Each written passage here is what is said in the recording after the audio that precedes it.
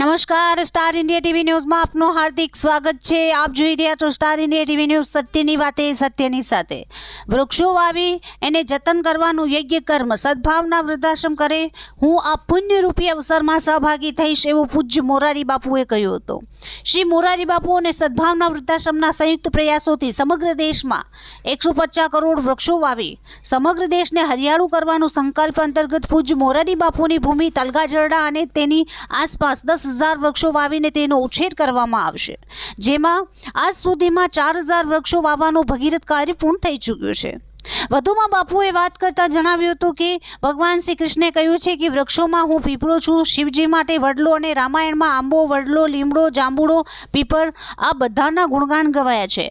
રામાયણની ભૂમિ તલગાજરડા છે, એ માટે અહીંયાથી જ મારે વૃક્ષારોપણ શરૂ થયું છે। મારું તો એવું પણ કહેવું છે કે નદીની બાજુમાં જમીન મળે તો ત્રિભુવન થાય।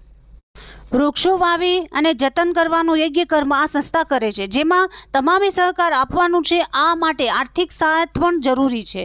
આ વિચારને વધારેમાં વધારે ફેલાવવામાં આવે તો જરૂરી છે। આ સંસ્થાની આખી ટીમ વૃક્ષોને સમર્પિત છે।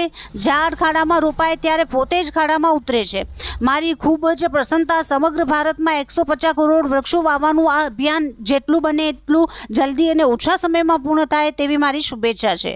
અત્રે ઉલ્લેખનીય છે કે આ સંસ્થા દ્વારા અત્યાર સુધીમાં સમગ્ર ગુજરાતમાં 35 લાખથી વધુ વૃક્ષોનું પિંજરા સાથે વાવેતર થઈ ચૂક્યું છે, તેમજ મિયાવાકી જંગલોના માધ્યમથી 40 લાખ વૃક્ષો સાથે 400 ટેન્કર, 400 ટ્રેક્ટર અને 2000 માણસોના સ્ટાફની મહેનતથી વાવવામાં આવ્યા છે, જે મહત્વની વાત છે।